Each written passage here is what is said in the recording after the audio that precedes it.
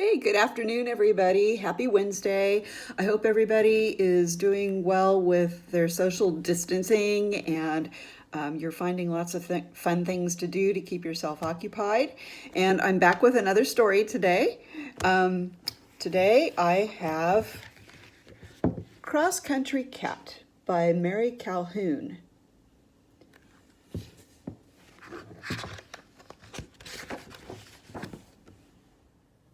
Cross Country Cat by Mary Calhoun, illustrated by Eric Ingram. Henry was a hind leg walker.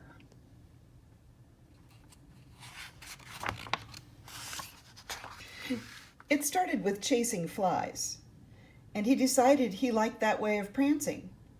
He even danced to the music on the stereo when his folks weren't watching.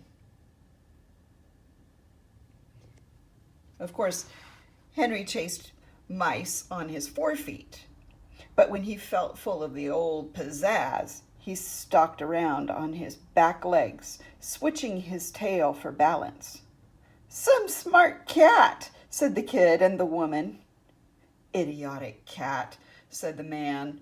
Still, Henry pranced to please himself.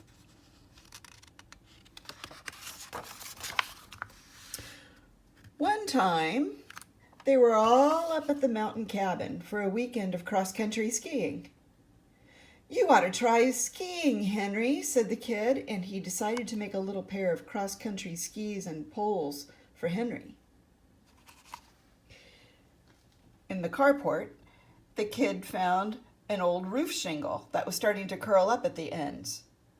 Out of the shingle, he carved two skinny skis.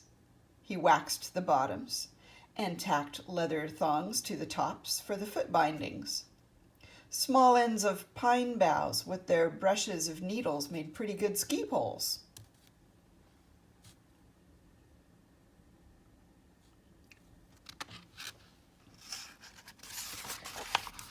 Out on the deep snow, the kid stood Henry up and pushed his back feet into the ski bindings.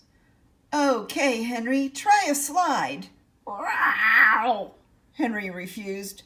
He dropped down on his forefeet, and the front end of him sank into the snow. Snap! He spat snow off his whiskers. Those people were crazy to want to slide around on the snow. "Guess you'll never make a skier, cat," said the kid, taking off Henry's skis. The next afternoon, they packed up to go home. Henry settled in the back of the four-wheel drive on a stack of dirty long underwear. He was smoothing out his whiskers for the trip. Then, suddenly, he remembered his mouse. He'd left it under the kid's bed. His mouse was a fluff of purple yarn, and Henry never traveled anywhere without it.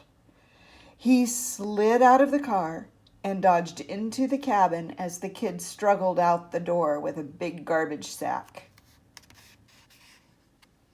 Henry found his fluff and shoved through the cat door, just in time to see them drive off. "Meow! Meow!" he yelled, but they didn't hear.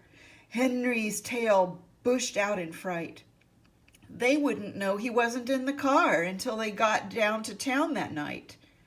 Henry didn't think they'd come back for him. The man was driving, and the man didn't like cats anyway. Oh no, poor Henry. It's scary. Henry would miss them, though. He liked to purr up against the woman's shoulder with his hind feet braced on her arm. He liked it when the kid smoothed down his back and pulled his tail, just a tiny tug that kept his ears standing up straight. And he liked to sleep in the man's chair.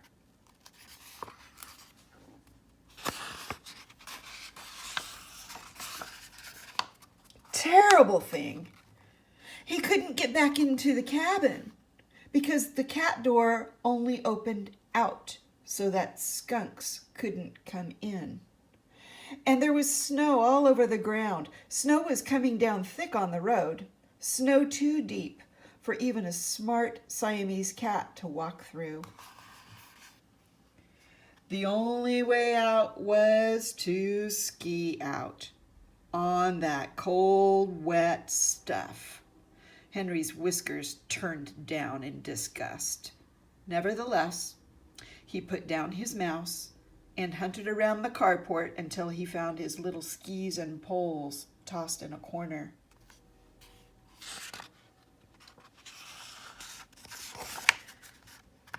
Henry was already warmly dressed for the journey.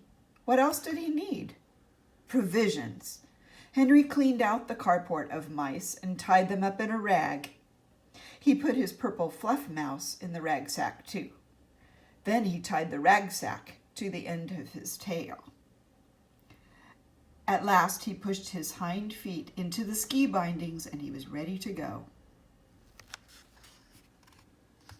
Henry took a step onto the snow. And a step, teeter, he almost fell. But he lashed his tail and caught his balance. Cross-country skiing was harder than it looked. Plod, plod. It was hard to get any kind of glide and slide. No rhythm. Henry remembered a song that the kid used to sing. This old man, he played one.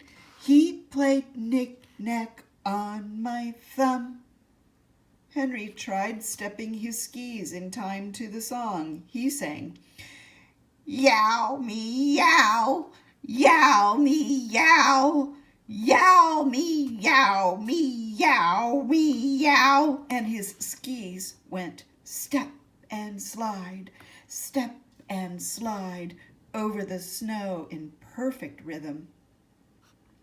By the time he got to knick-knack, paddywhack, he was skating on his skis and waving his tail to the beat. His pine bough ski poles plopped neat brushy tracks into the snow, and the rag sack swung from the tip of his jaunty tail.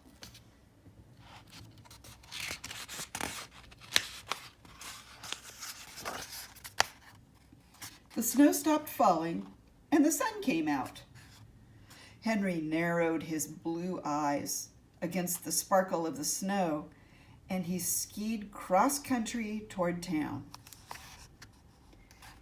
In a meadow, he came to a hill.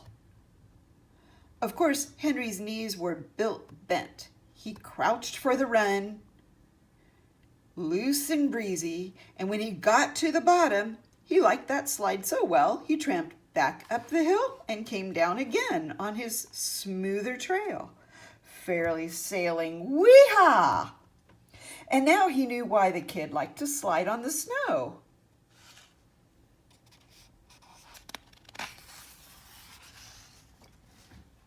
Down by the stream, Henry saw an elk plowing through snow up to its belly. It was heavy going for the poor old elk. Yow, meow. Henry zipped by on the top of the snow. Some smart cat.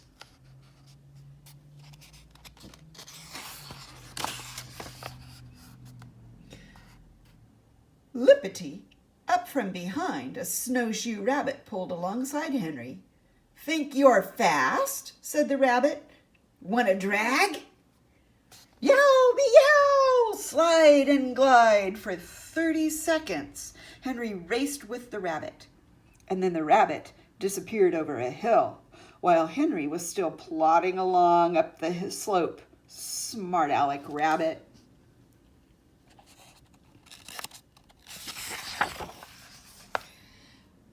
The way led through some woods. As Henry skied toward the trees, a black-crested blue jay swooped down, screeching and scolding, "Stay out of my woods!" Snap! Henry snapped his teeth and rushed after the bird, thrusting with his poles. But the blue jay flew just ahead of Henry, dipping and lifting and jeering until it soared up to a pine tree. Smart Alec Jaybird.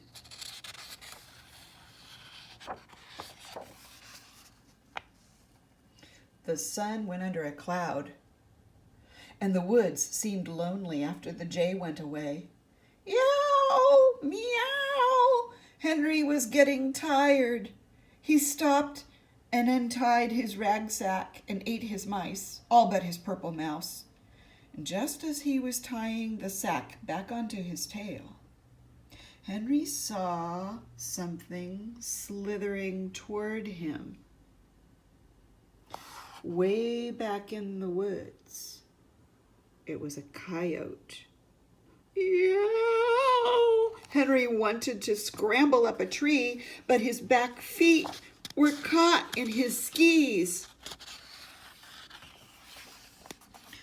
Henry dashed between the trees with his tail bushed out.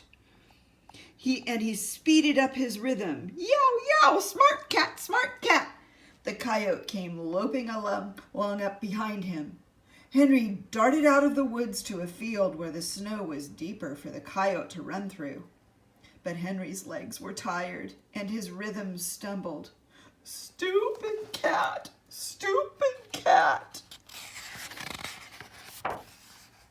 It was getting dark and starting to snow again, and the coyote drew nearer as Henry's beat slowed to foolish feline, foolish feline.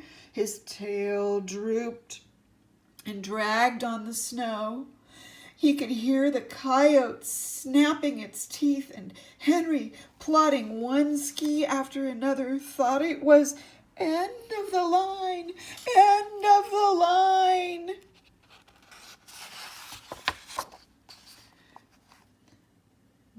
Just then, Henry's skis tilted on a steep downhill slope.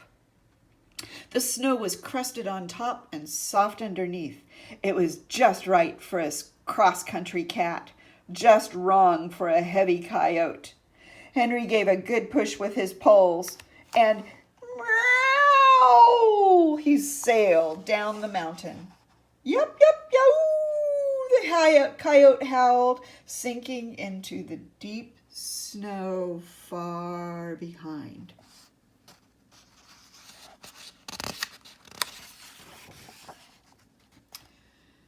Henry skidded out onto a road below.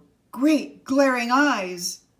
No, the eyes were the lights of a car coming. The car had two heads. The man's head stuck out one window, trying to see through the falling snow. The man looked pretty mad, but he was coming. The kid's head stuck out the other window, and he saw Henry. Look at that cross-country cat, yelled the kid. Oh, good.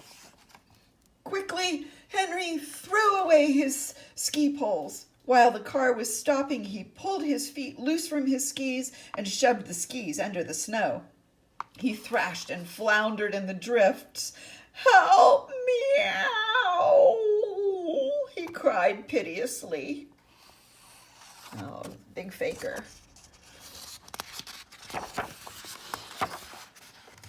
After all, the man had come back for him. Let the man think he had saved Henry's life. Some smart cat. And that's The Cross Country's Cat by Mary Calhoun.